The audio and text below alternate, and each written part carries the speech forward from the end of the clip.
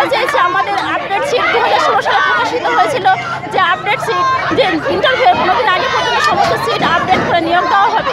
আমরা সেই নিয়োগের দাবিতে আজকে কালীঘাটে এসেছি মাননীয় মুখ্যমন্ত্রী মমতা বন্দ্যোপাধ্যায়ের কাছে।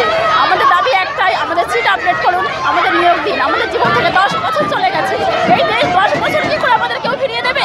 দেবে না। আমাদের ঘরে মা বাবা, বৃদ্ধ মা বাবারা এখন যন্ত্রণা ছটফট করছে, বাচ্চারা সব বাড়িতে আছে, তা সত্ত্বেও আমরা এখানে এসেছি। আমাদের দাবি একটাই, আমরা আপডেট সিটে নিয়োগ চাই। আমরা মানবিক মুখ্যমন্ত্রীর কাছে আমাদের দাবি নিয়ে এসেছিলাম, কিন্তু এখানকার পুলিশ আমাদেরকে টেনে হিসেবে তুলে নিয়েছে। আমাদের দাবি জানাতে ওরা সময় দিল না।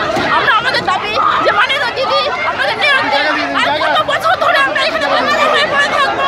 আমাদের নিয়োগ দিন, আমাদের নিয়োগ দিন।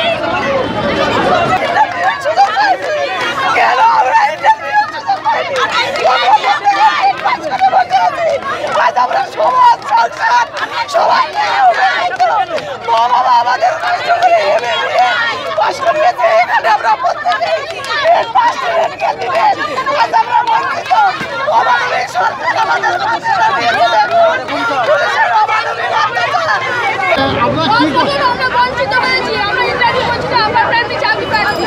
10 বছর ধরে আমরা বঞ্চিত হয়ে আছি। দিদি আমাদের দিকে কোনো দিশা দেখাচ্ছেন না, আমাদের চাকরির দিকেও তাকাচ্ছেন না। আমাদের চাকরির দরকার, 10টা বছর দরকার। মূল্যবান জীবনের 10টা বছর বেরিয়ে গেছে, এখনো চাইছি মানবিক দিদি আপনি আমাদের চাকরিটা দিন, দিয়ে আমাদের উদ্ধার। কিন্তু না, উনি তো কোনো কর্ণপাতই করছেন না, ঘুটি দিচ্ছেন না। সেই জন্য আজকে আমার ওনার সামনে আমাদের বাড়ি আসতে হচ্ছে। এইটুকু আর কি বলার নেই। কিন্তু আবেদন